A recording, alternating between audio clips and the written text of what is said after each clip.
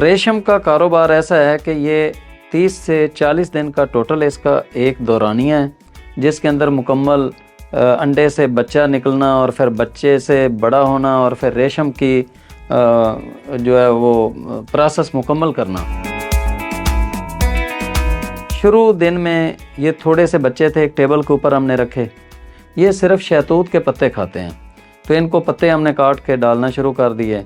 फिर ये आहिस्ता आहिस्ता बढ़ते गए, बड़े होते गए, फिर 1 चारपाई 2 चारपाई, इस टाइम ये तकरीबन 10 चारपाइयों पर मौजूद हैं।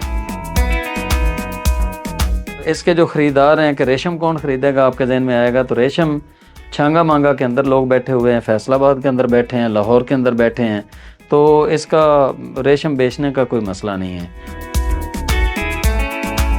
मैंने ये कारोबार क्यों किया है? मैंने इसलिए किया कि हमने पाकपतन शहर के अंदर कई शहतूत के जंगल लगा दिए। अब उसका एक तरीका ये होता है कि जब ये बड़े वो दरख्त होते हैं तो उनकी फिर कटिंग करनी पड़ती है, कटिंग करें और उनको फेंक दें। दूसरा तरीका ये है कि आप कटिंग करें, उनके पत्तों से ये रेशम के कीड़े तैयार करें और इसकी वजह से आप हज़ारों रुपए कमाएं।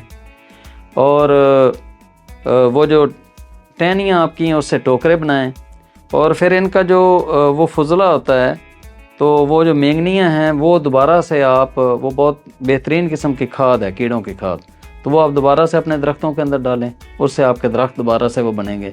तो मेरा मकसद ये था, और मेरा मकसद ये भी था कि लोगों के अंदर शऊर बेदार हो। बहुत सारे लोगों को 99% 99% लोगों को कीड़ों का, रेशम के कीड़ों का इल्म ही नहीं है। तो ये एक बेहतरीन काम है, 30 से 40 दिन के अंदर ये हो जाता है।